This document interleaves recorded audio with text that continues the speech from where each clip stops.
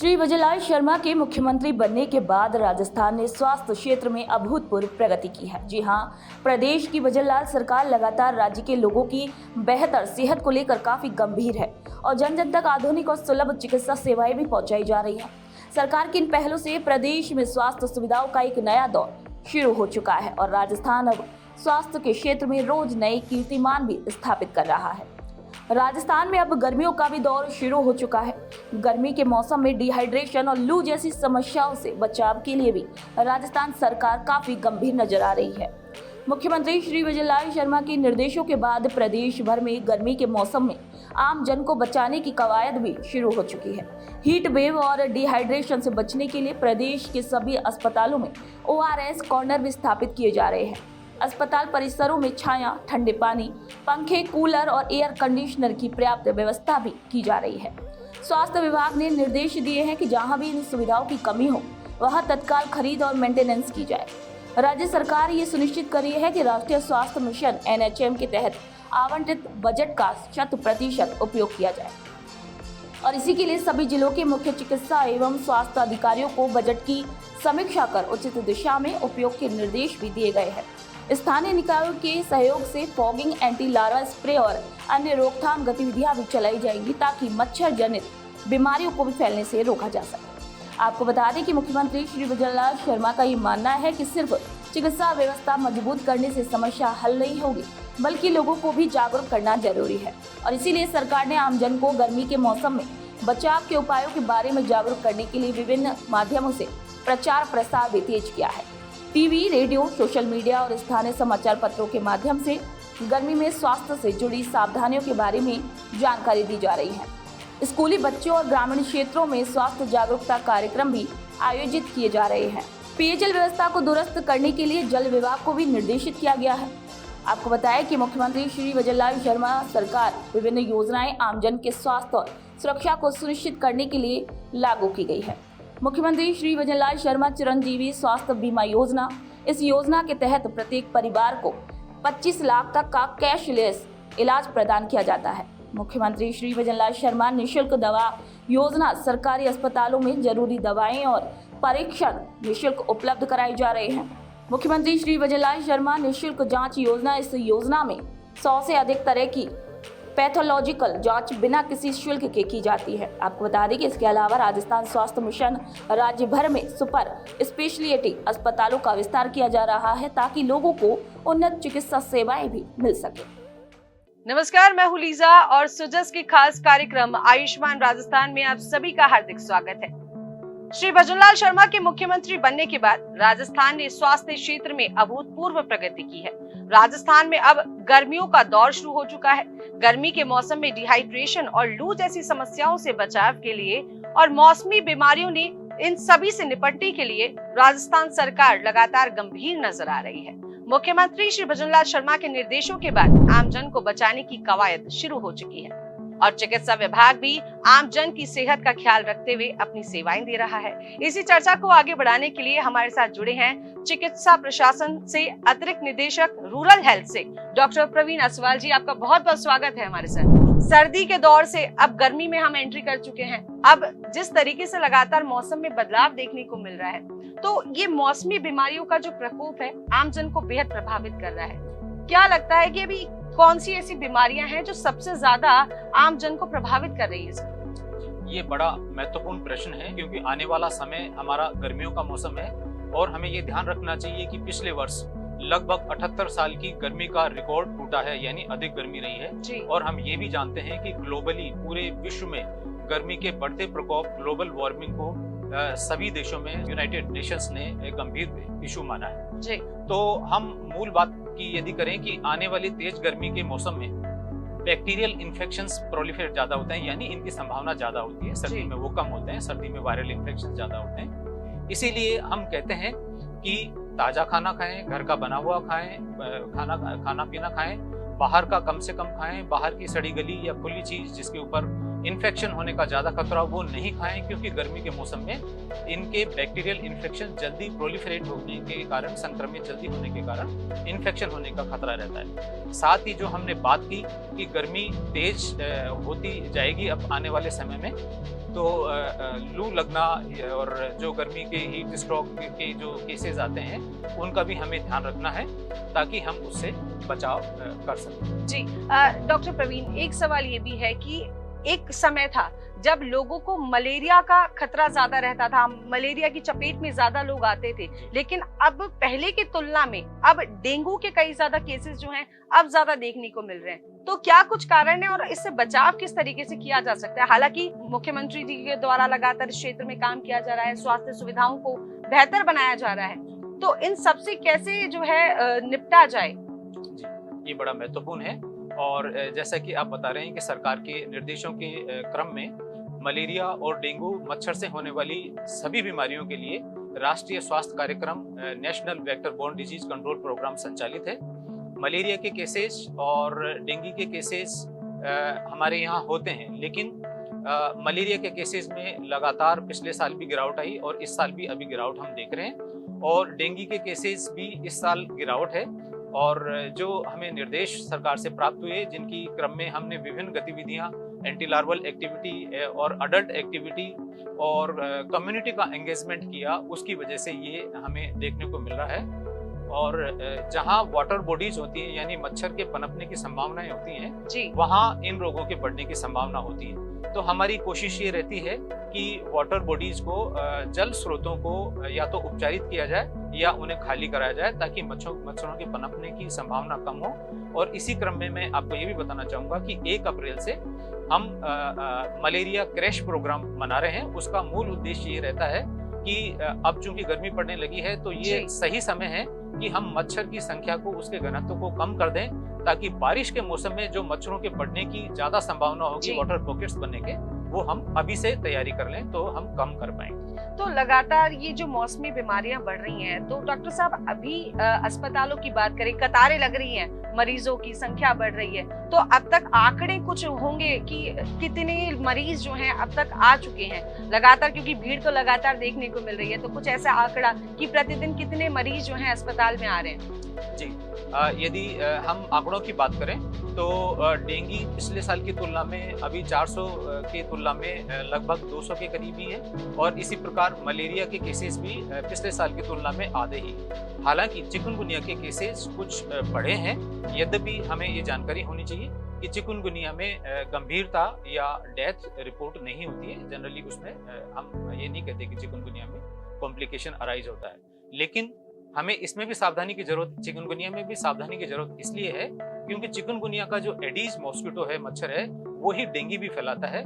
इसलिए हम पूरी तैयारी के साथ 1 अप्रैल से ये क्रैश प्रोग्राम संचालित करने वाले हैं, ताकि मच्छर की संख्या को कम कर सकें और रोगों से बच सकें। जी डॉक्टर साहब, आपने चिकनगुनिया की बात की, तो कई बार लोगों को ये पता ही नहीं चल पाता है कि उसके शरीर के अंदर इस तरीके के सिम्टम्स हैं कि वो चिकनगुनिया से ग्रस्त है, मलेरिया से ग्रस्त है, डेंगू से ग्रस्त है, तो पहचान कैसे की जाए? क्या कुछ इसके लक्षण रहते हैं?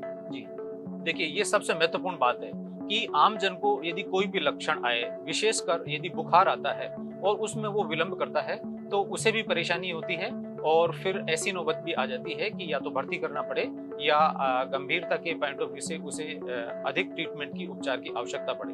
तो सबसे महत्वपूर्ण बात है कि यदि हाई ग्रेड फीवर आता है, यदि बुखार तेज आता है, सिर दर्द होता है, जोड़ों में दर्द होता है, तो ये डेंगू और चिकनगुनिया के मिलते जुलते लक्षण होते हैं। डेंगू में कुछ रैशेस, शरीर पर दाने भी बन जाते हैं, और चिकनगुनिया में खासतौर पर जोड़ों में दर्द होने लगता है, शरीर एक तरीके से मुड़ने लगता है, इसीलिए इसे चिकनगुनिया भी कहते हैं। तो यदि ऐसे लक्षण हो तो तुरंत चिकित्सक से संपर्क करना चाहिए, और ये हम सबको मालूम है कि सरकार में निःशुल्क दवा और निःशुल्क जांच की और निःशुल्क परामर्श की सुविधा है।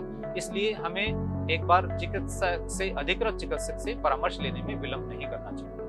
जी बिल्कुल, आपने सही बात कही डॉक्टर साहब की मुख्यमंत्री श्री भजनलाल शर्मा के द्वारा जिस तरीके से अथक प्रयास किए जा रहे हैं चिकित्सा के क्षेत्र में, स्वास्थ्य के क्षेत्र में आमजन का ख्याल रखा जा रहा है, तो सुविधाएं ऐसी हैं कि निःशुल्क टीकाकरण भी है, दवाइयाँ भी निःशुल्क वितरित की जा रही हैं, लेकिन कई बार ऐसे भी मामले सामने आते हैं कि लोग घरेलू उपचार के नाम पर आसपास के जो भी जहाँ से दवाइयाँ खरीदी जा सकती हैं, मेडिकल स्टोर होते हैं, वहां से अपने हिसाब से कोई भी दवाइयाँ खरीद लेते हैं। तो क्या वो अपने अनुरूप चिकित्सा अपने आप को देना, अपने हिसाब से दवाइयाँ लेना, क्या वो सही है?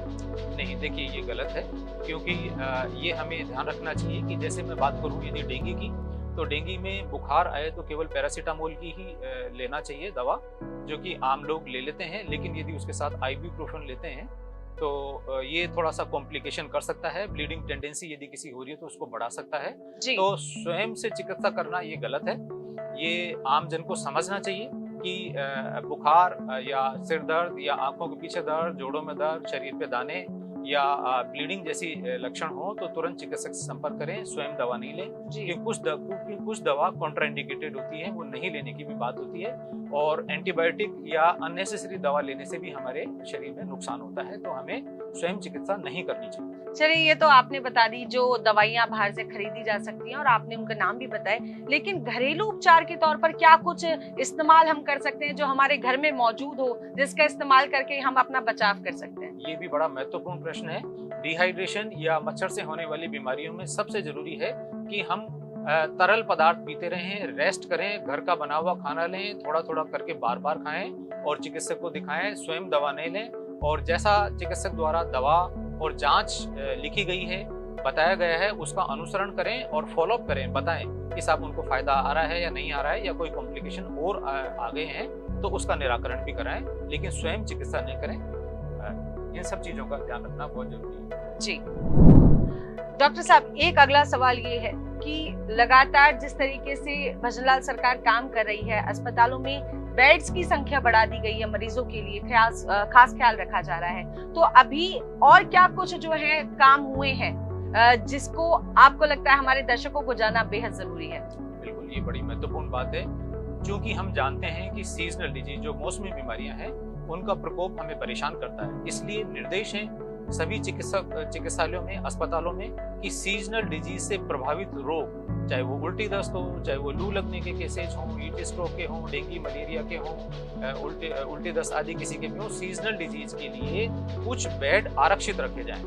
और ऐसा सभी अस्पतालों में प्रोविजन है ताकि मौसमी बीमारियों से प्रभावित मरीजों को कोई परेशानी नहीं हो और उनका समय रहते उपचार किया जा सके। मौसमी बीमारियों की हम बात कर रहे थे, तो क्या लगता है कि इन मौसमी बीमारियों का असर कब तक देखने को मिलता है और कब तक जो है इससे उपचार लेने के बाद इंसान स्वस्थ हो सकता है? देखिए, जैसे लक्षण हो वैसे चिकित्सक से संपर्क करना चाहिए। और जैसा कि हम बात कर रहे हैं, अब आने वाला समय बैक्टीरियल इन्फेक्शंस का है, तो और ये मच्छर से होने वाली बीमारियों का भी है, तो जो लक्षण आए और जो ट्रीटमेंट दिया जाए, जिसमें जनरली जो भी उपचार दिया जाए वो जितने समय के लिए दिया जाए, अक्सर होता ये है कि 5 या 7 दिन के लिए दिया गया है जी। तो 2 या 3 दिन में यदि फायदा आता है तो लोग उसे ट्रीटमेंट को बंद कर देते हैं जी। जो कि एक तकनीकी रूप से गलत है। उससे हमारी इम्यूनिटी पर जो बीमारी हुई है वो और शक्तिशाली होती है। इसलिए हमें स्वयं से दवा नहीं लेनी चाहिए और जो ट्रीटमेंट बताया गया है जिस अवधि के लिए, उस अवधि तक लेना चाहिए। 5-7 दिन जो भी बताए गए हैं चिकित्सक द्वारा बीमारी की गंभीरता को ध्यान में रखते हुए उसको कोर्स पूरा करना चाहिए। और यदि बीच में कोई कॉम्प्लिकेशन है, नया सिम्टम आया है, तो वो भी निश्चित रूप से चिकित्सक को बताना चाहिए। जी, ये तो बात हो गई चिकनगुनिया की, मौसमी बीमारियों की, डेंगू मलेरिया की बात हो गई। लेकिन डॉक्टर साहब, एक दौर ऐसा रहा जब कोविड ने पूरी दुनिया को हिला के रख दिया। मास्क लोगों ने इस्तेमाल करे, सैनिटाइजर का लोगों ने यूज किया। अब विदेशी बीमारियां कई ऐसी आ गई हैं जिसके लेकर जो है लोगों के मन में खतरा बन गया है। उससे कैसे बचा जाए और उसे पहचाना कैसे जाए?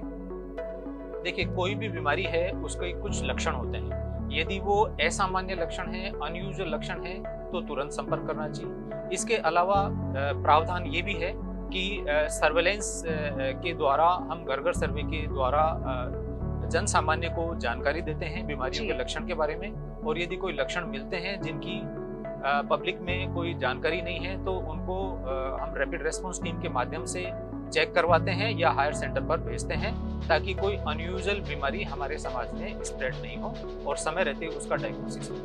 और इसके लिए हम एक real time portal IHIP integrated health information platform, जिसमें रियल टाइम यानी जिस दिन लक्षण आया है उसी दिन उसकी एंट्री करके और प्रदेश स्तर पर पूरे प्रदेश के स्थिति को हम किसी भी क्षण देख सकते हैं। जी, मुख्यमंत्री श्री भजनलाल शर्मा लगातार चिकित्सा के क्षेत्र में डॉक्टर्स की नियुक्ति लगातार कर रहे हैं, चिकित्सा सुविधाओं को बेहतर बना रहे हैं, तो क्या कुछ कहेंगे भजनलाल सरकार के लिए? बिल्कुल, वर्तमान में सरकार द्वारा ये प्रोविजन किए गए हैं कि कहीं कोई वैकेंट पोस्ट वगैरह हो तो उसको पैरेलल कहीं इंतजाम किए जाएं और रोगी जो हैं वो प्रभावित नहीं हो चिकित्सा सुविधा प्राप्त करने से या दवाइयों से या जांच करने से।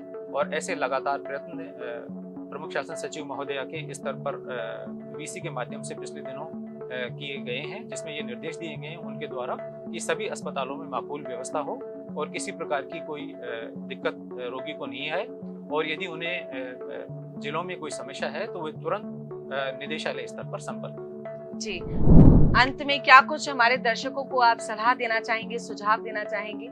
मौसम बदल रहा है तेजी से, बीमारियां भी लगातार बदलती रहती हैं, तो क्या कुछ सलाह, क्या कुछ सुझाव देंगे? मैं ये सलाह सुझाव देना चाहता हूँ कि बीमारियों के लिए अस्पताल चिकित्सक को दिखाने के लिए विलंब न करें, लक्षण आने पर तुरंत संपर्क करें, और यदि आपको कोई समस्या है तो हर जिले में CMHO ऑफिस में एक कंट्रोल रूम है, वहां आप संपर्क कर सकते हैं। इसी प्रकार राज्य स्तर पर निदेशालय पर भी एक कंट्रोल रूम है जिसका नंबर 22256141 यानी 222561 कंट्रोल रूम राज्य स्तर का है। लेकिन इससे पहले जिले स्तर पर भी जो CMHO कंट्रोल रूम है वहाँ किसी को कोई समस्या हो तो संपर्क किया जा सकता है।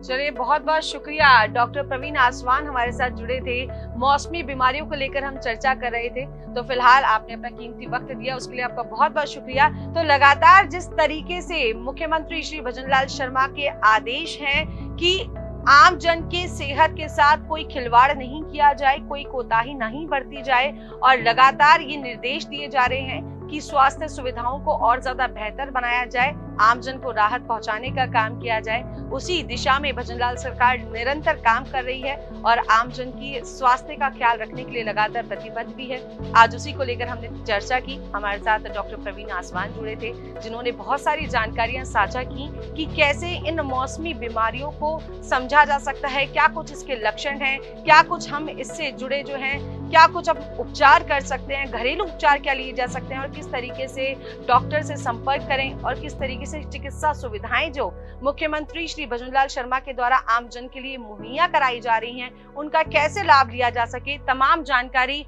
आपने हमें दी। तो फिलहाल फिर होगी मुलाकात सूजस के खास कार्यक्रम आयुष्मान राजस्थान में। तब तक के लिए मुझे दीजिए इजाजत। नमस्कार।